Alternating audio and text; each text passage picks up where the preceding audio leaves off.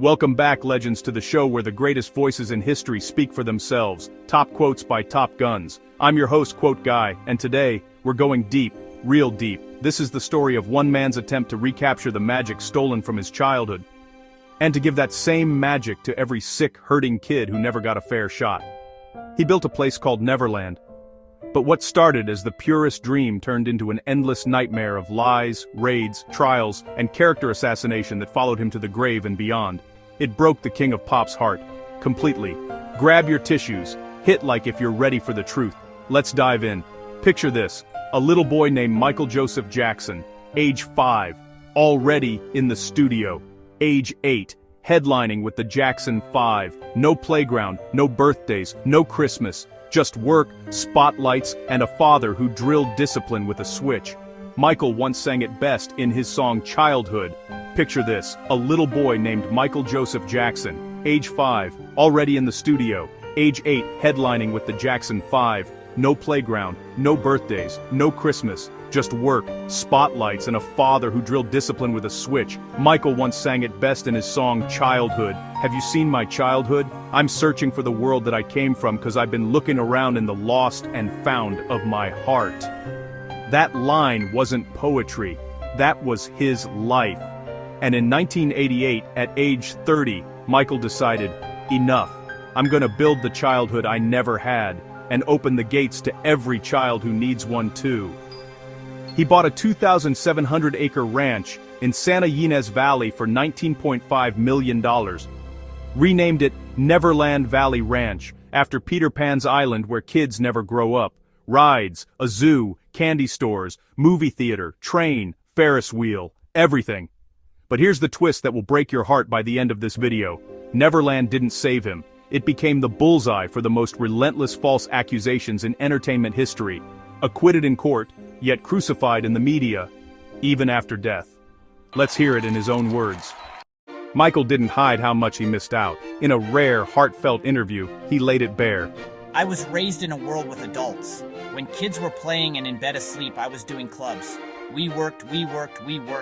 There was no Christmas, there'd be no birthdays, so I'm compensating. Nature made sure that I compensate for the loss. Think about that. While other kids were catching baseballs, little Michael was catching planes between Motown sessions and sold-out arenas. He told Adrian Grant, the first journalist allowed inside Neverland. When I was really little, 11 or 12, I was in the contract with Motown. Right across the street was a ballpark. I could hear the kids playing. And some of those times I so passionately wanted to just go over there and play a little bit, and I couldn't. He later said in the Oxford University speech, when I was a kid, I was denied not only a childhood, but I was denied love. That pain never left him, so he did what only Michael Jackson would do. He built an entire world to heal it. Top quote number 2, the birth of the dream. Michael Jackson, 2003, 60 Minutes clip with Ed Bradley. Because I wanted to have a place that I could create everything that I never had as a child. So you see rides, you see animals, there's a movie theater. I was always on tour, traveling, and I never got a chance to do those things. So I compensated for the loss. I create my world behind my gates. Everything that I love is behind those gates. Elephants, giraffes, tigers, a private amusement park, candy everywhere, and yes, busloads of terminally ill kids flown in from Make-A-Wish, Child Help, Starlight Foundation. Free, no cameras, no press, just pure joy. He called it his homage to the children of the world, especially those that were ill, underprivileged, or neglected. Top quote, number 3, the heart of Neverland. Michael Jackson. When I was creating Neverland, I was creating a world the way I would like to see it. I wanted it to be a place to bring sick kids who are deprived and underprivileged from around the world, a haven for them where they could feel safe and have some escapism. Or kids who never got to see mountains, to breathe fresh air. He even had hospital beds for kids too sick to walk. They'd watch cartoons, ride the carousel from their bed, pet llamas. Michael would carry bald, chemo-weak kids to the tree he called My Giving Tree and help them climb for the first time in their lives. One boy told him it was magical. Michael cried happy tears. He said, "It brings out the child that lives in everybody." For over a decade, Neverland hosted thousands of disadvantaged children. No publicity stunts. He said, "By the busloads they come. We don't allow cameras or video. I do it quietly because real charity is from the heart. Top quote number 4. Neverland's true identity.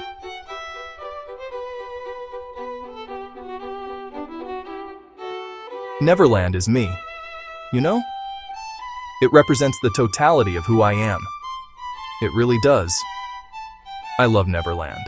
Grown adults who visited said the same thing. I haven't done the things I've done here in years. You can let your guard down and be a child again. Michael would smile and reply, that's what Neverland is for, to return to your innocence, to have fun. He hosted barbecues for 82 abused kids in one day. He threw unbirthday parties. Water balloon fights were mandatory, and he bragged he was the Michael Jordan of water balloon fights. This wasn't a playground for one man. This was his church, his mission, his way of giving every lost child the magic he never had. But the world has dirty minds, and in 1993, the first accusation hit. A 13-year-old boy and his family. Michael was on tour. The media exploded. He flew home to Neverland and recorded one of the most raw statements in pop history. Live from the Ranch, broadcast on every network. There have been many disgusting statements made recently concerning allegations of improper conduct on my part. These statements about me are totally false. I am not guilty of these allegations, but if I am guilty of anything, it is of giving all that I have to help children of all ages. I am totally innocent of any wrongdoing. He described the strip search police forced on him as the most humiliating experience of my life. Dehumanizing. They photographed his private areas to compare with the boy's description. Michael said it felt like he was being treated like a criminal, when all he ever did was love kids. The way Jesus said, to love them.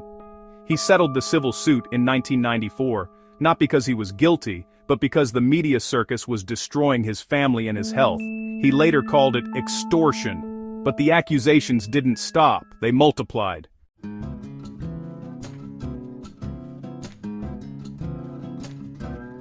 Fast forward to 2003, another boy, another family. Neverland raided by 70-plus sheriffs. They cut open mattresses with knives, trashed his bedroom. Michael wasn't even home. When he finally spoke, the famous 60 Minutes interview with Ed Bradley, the pain in his voice is still haunting.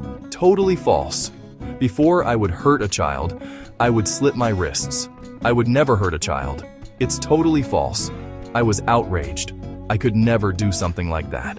He looked straight into the camera. People think sex. They're thinking sex.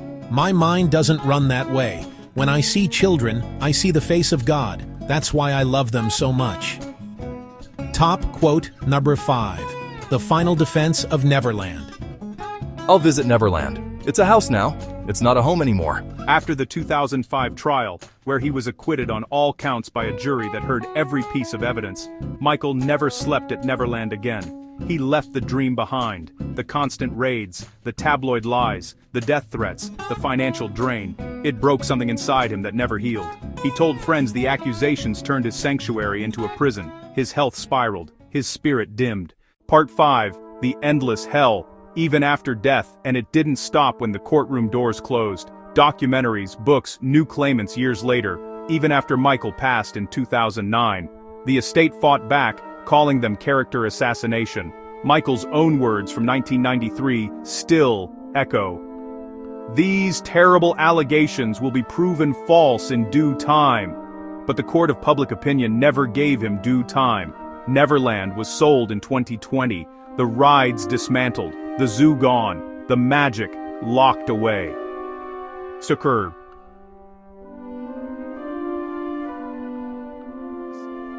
The final heartbreak, paraphrased from close friends and his own interviews.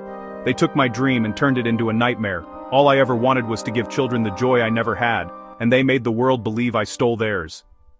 Michael Jackson died at 50. Many close to him say the relentless false accusations, starting at Neverland, aged him decades and shattered his trust in humanity. He once said the love of money is the root of all evil, and that's exactly what he believed drove every claim. Neverland wasn't a crime scene. It was a crime against one of the kindest souls who ever lived. So today's top quotes by Top Guns wasn't just about a ranch. It was about a man who tried to heal the child inside himself by healing every child around him, and the world repaid him with hell. If this story moved you, drop a comment. Neverland was a haven, not a horror.